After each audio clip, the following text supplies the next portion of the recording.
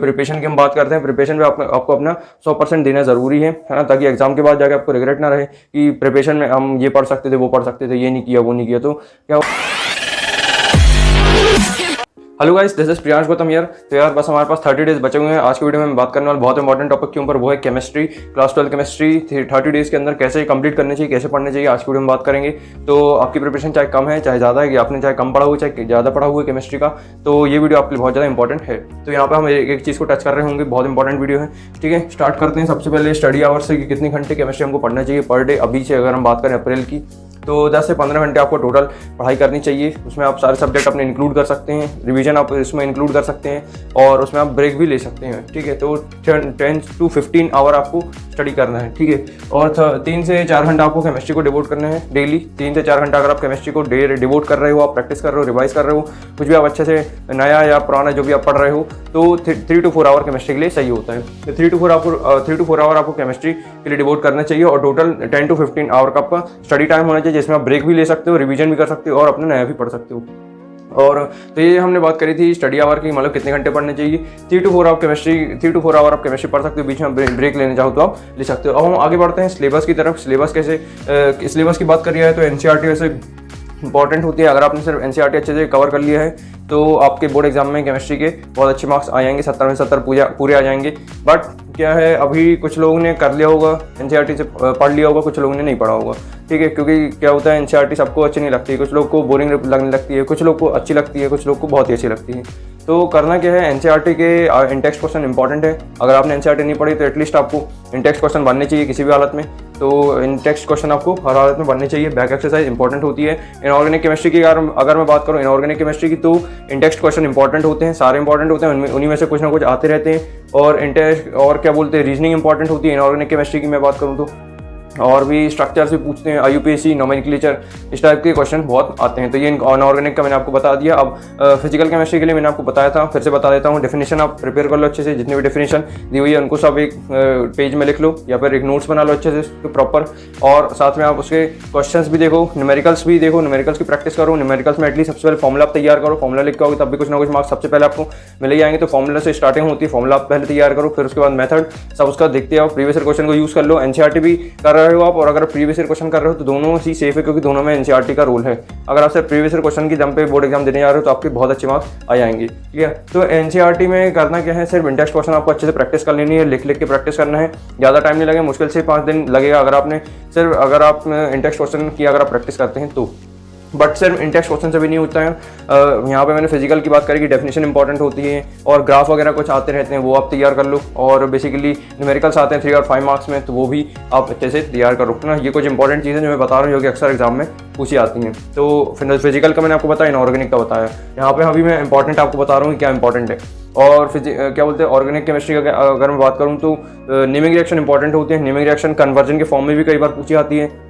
मान लो फिनॉल है, फिनॉल से क्या मान लो सैलिसिलिक एसिड आपको बनाने के लिए बोल रहे हैं, और या फिर फिनॉल से सैलिसिल्डिहाइड, है ना, फिनॉल से बेंजोक्विनोन, इस टाइप की जो कन्वर्जन होती है, नेमिंग रिएक्शन होती है, इनको कन्वर्जन के फॉर्म में भी पूछा जाता है। तो पहले आप इनकी नेमिंग रिएक्शन के अच्छे से प्रैक्टिस कर लीजिए। 2 या 3 नेमिंग रिएक्शन जरूर आएगी, और मैं आपको बता दूंगा नेमिंग रिएक्शन कौन सी इंपॉर्टेंट है। और क्या बोलते हैं कि मैकेनिज्म आता है अल्कोहल फिनॉल ईथर से, 3 मार्क्स का कन्फर्म्ड है, 3 स्टेप के रहते हैं, तो उसको आपको तैयार करना। मात्र 2 क्वेश्चन आ सकते हैं उसके और की कैटेगरी में, है ना। और क्या बोला मैंने, और SN1 SN2 रिएक्शन में कुछ आपको primary, secondary halide, tertiary halide, इस टाइप के कुछ क्वेश्चंस होते हैं, वो आपको प्रैक्टिस करने चाहिए। एनसीईआरटी क्वेश्चन अगर आप कर लेते हो तब भी बहुत बढ़िया, और प्रीवियस ईयर क्वेश्चन भी आप कर लेते हैं तब भी बहुत बढ़िया है ना। और नेमिंग रिएक्शन इंपॉर्टेंट है।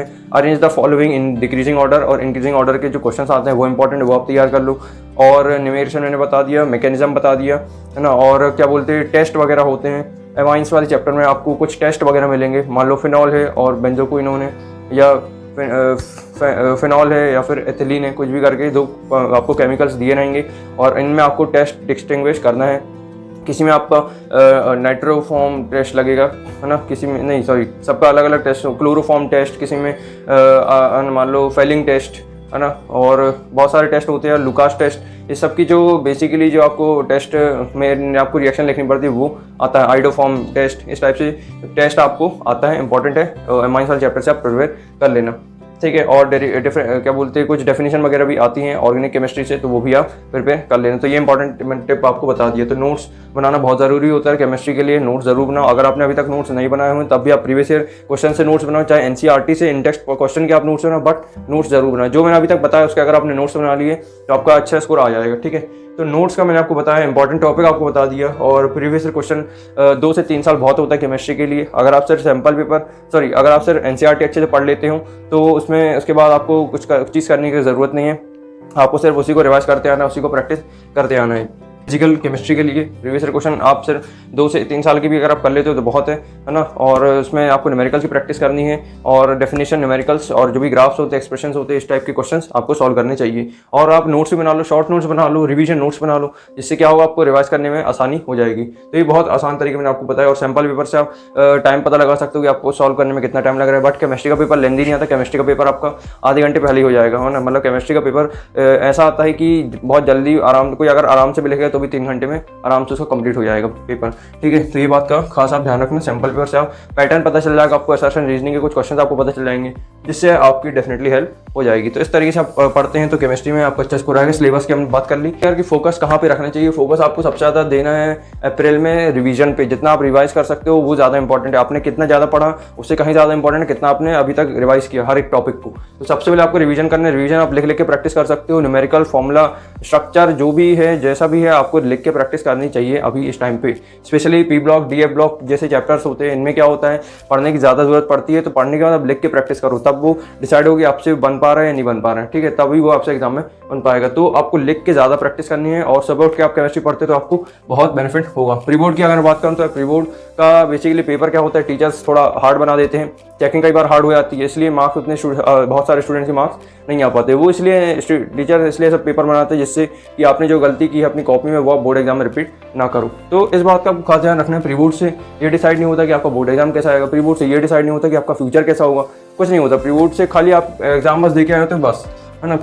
मेन आपका टारगेट होना चाहिए बोर्ड एग्जाम, उसमें आपको अपना बेस्ट दे के आना है। आपके सबसे ज़्यादा नंबर बोर्ड एग्जाम में आएंगे, भले आपकी क्लास में प्रीवियस क्लासेस में अच्छे मार्क्स नहीं आए, लेकिन बोर्ड एग्जाम में आपके अच्छे मार्क्स आएंगे। और रिजल्ट की अगर बात करूँ तो रिजल्ट इस समय बहुत लोग को चिंता खाई जा रही है। रिजल्ट से परेशान है कि भाई रिजल्ट कैसा आएगा, अच्छा आएगा कि नहीं आएगा, पेपर कॉपी कैसे चेक होगी, ये वो। तो इस टाइप के बहुत सारे थॉट्स आते रहते हैं इस वक्त माइंड में। तो आपको करना क्या है, इस टाइम पे पूरी नेगेटिव इन्फ्लुएंस, नेगेटिविटी को एकदम पूरी तरीके से काट दो, डिस्ट्रैक्शन को काट दो।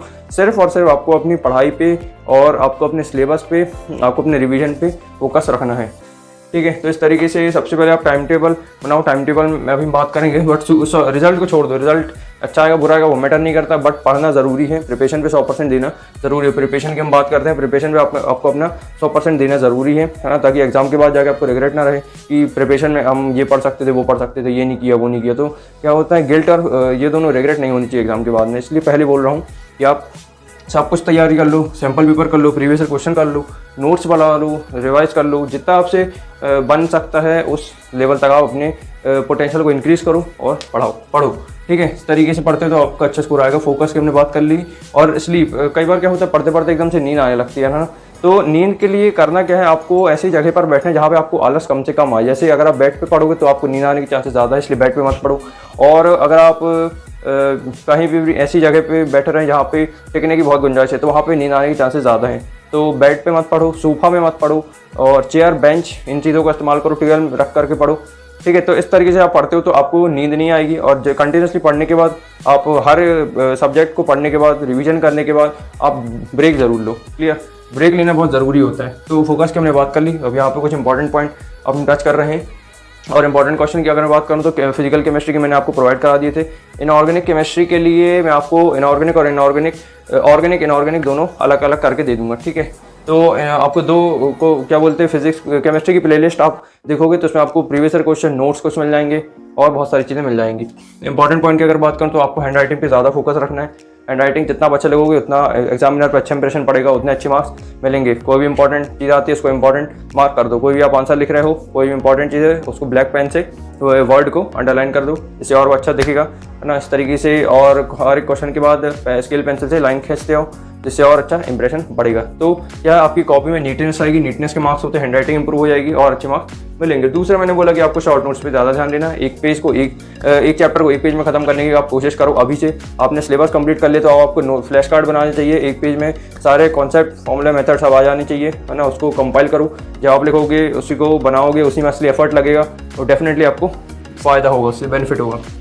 थर्ड, फ्लैश कार्ड बनाते हो। और क्या बोला मैंने, लास्ट टिप है रिवाइज करते हो डेली, है ना। ये केमिस्ट्री का ऐसा सब्जेक्ट है जो कि आपको डेली रिवाइज करना चाहिए। एटलीस्ट आप 10 मिनट निकालो, चाहे 1 घंटा चाहे आधे घंटा, रिवाइज करना बहुत ज़रूरी होता है। क्योंकि क्या है कि केमिस्ट्री पढ़ने के बाद बहुत सारे स्टूडेंट्स को याद होता ही नहीं है, वो कई बार भूल जाते हैं। तो इसका रीज़न ये है कि आपको लिख कर प्रैक्टिस करनी पड़ेगी। कुछ ऐसे रिएक्शंस वगैरह हो गई, है ना, मैकेनिज्म हो गए और ये रिएक्शंस, जिसको आप लिख के प्रैक्टिस करो।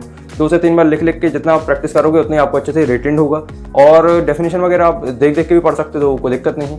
तो इस तरीके से आप पढ़ते हो तो केमिस्ट्री में आपका अच्छा स्कोर आएगा, ठीक है। आई होप कि आपको कॉन्फिडेंस आ गया होगा इस वीडियो से, थोड़ा बहुत आपको फील मिल गई होगी कि कैसे पढ़ना चाहिए इन 30 दिनों के अंदर, ठीक है। तो यहाँ पे हमने हर एक चीज़ को टच किया है, चाहे वो सैम्पल पेपर हो, चाहे प्रीवियस ईयर पेपर हो, चाहे रिवीजन हो, चाहे टाइम टेबल हो, चाहे क्या बोलते स्टडी आवर हो, है ना। तो इस तरीके से आप पढ़ते हो तो आपका अच्छा स्कोर आएगा। Wish you all the very best. Thank you so much and bye.